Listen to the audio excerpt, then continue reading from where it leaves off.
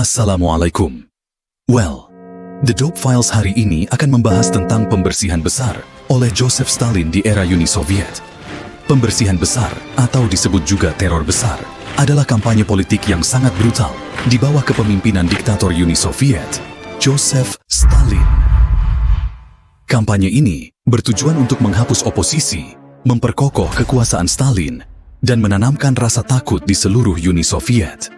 Sebagian besar ahli memperkirakan bahwa setidaknya 750.000 orang dieksekusi selama pembersihan besar yang berlangsung antara 1936 dan 1938. Lebih dari 1 juta orang dikirim ke kamp kerja paksa yang dikenal sebagai Gulag selama pembersihan Besa. Operasi kejam ini menyebarkan teror di seluruh Uni Soviet dan meninggalkan dampak yang bertahan lama. Setelah kematian Vladimir Lenin pada 1924, Joseph Stalin berhasil mengukuhkan dirinya sebagai diktator pada 1929 melalui perjuangan politik sengit. Setelah Stalin menjadi pemimpin Uni Soviet, ia menghadapi pertanyaan dan tantangan terhadap otoritasnya dari beberapa anggota mantan Partai Bolshevik. Pada pertengahan 1930-an, Stalin mulai menganggap siapapun yang memiliki hubungan dengan pemerintahan Lenin atau Partai Bolshevik sebagai ancaman terhadap kekuasaannya. Hal ini mendorong Stalin untuk melakukan serangkaian tindakan keras yang dikenal sebagai pembersihan besar, sebuah periode represi politik dan pembersihan internal yang bertujuan menghilangkan oposisi. Peristiwa pertama dalam pembersihan besar di Uni Soviet terjadi pada tahun 1934, dimulai dengan pembunuhan Sergei Kirov, seorang pemimpin terkemuka Bolshevik. Kirov dibunuh di markas besar Partai Komunis oleh seorang pria bernama Leonid Nikolaev. Pembunuhan ini menjadi titik awal kebijakan represif yang dijalankan oleh Joseph Stalin. Meskipun perannya masih diperdebatkan, banyak yang berspekulasi bahwa Stalin memerintahkan pembunuhan Sergei Kirov.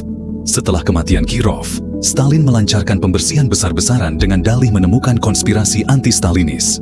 Stalin kemudian membunuh atau memenjarakan siapapun yang dicurigai sebagai pembangkang partai, yang akhirnya mengeliminasi semua Bolshevik asli yang terlibat dalam revolusi Rusia 1917.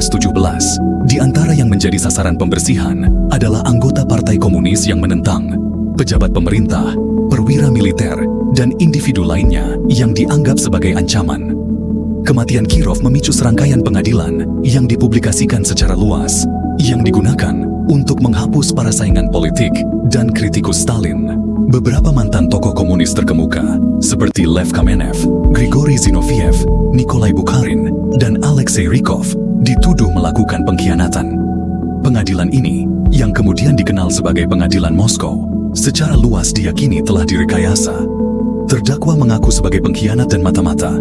Belakangan diketahui bahwa para terdakwa menyetujui pengakuan paksa ini hanya setelah diinterogasi, diancam, dan disiksa.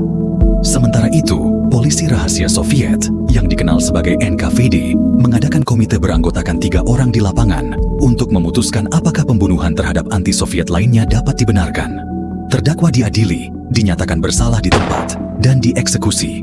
Pembunuhan dan pemenjaraan dimulai dengan anggota Partai Bolshevik, pejabat politik, dan anggota militer. Kemudian diperluas mencakup petani, etnis minoritas, seniman, ilmuwan, intelektual, penulis, orang asing, dan warga negara biasa. Pada dasarnya, tidak ada yang selamat dari bahaya.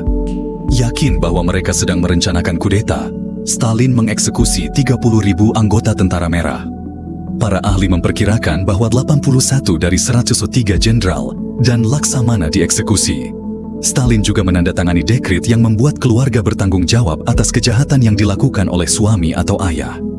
Anak-anak yang baru berusia 12 tahun pun dapat dijatuhi hukuman eksekusi. Secara keseluruhan, sekitar 1/3 dari total 3 juta anggota Partai Komunis menjadi korban pembersihan. Ngeri juga nih orang tua.